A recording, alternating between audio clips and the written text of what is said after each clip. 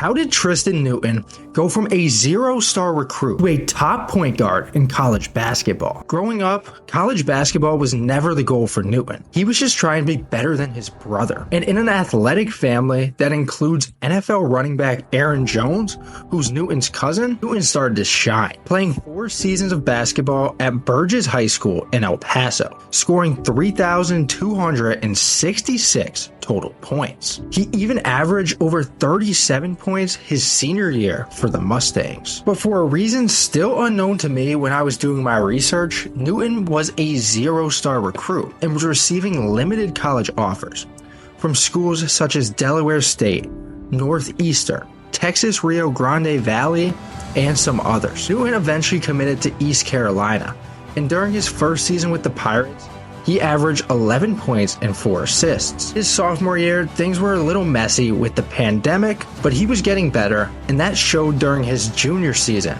where he made second team all-conference, and he averaged over 17 points a game, 5 rebounds, and 5 assists. At the end of that season, his head coach, Joe Dooley, was let go. Newton entered his name in the transfer portal. Within 12 hours in the portal, he had heard from over 30 schools, including many top programs in college basketball. This was a much different experience from his original high school recruiting process. Newton was sold on the Huskies, and he was sold quickly. He did not plan on being on constant phone calls for any longer than he had to be, making a quick commitment to UConn. Dan Hurley was the first coach to FaceTime instead of call Newton, and Newton fell in love with his fit for the program.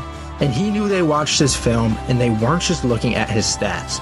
They understood him as a player. And during his first season at UConn, he had 2 triple-doubles throughout the year.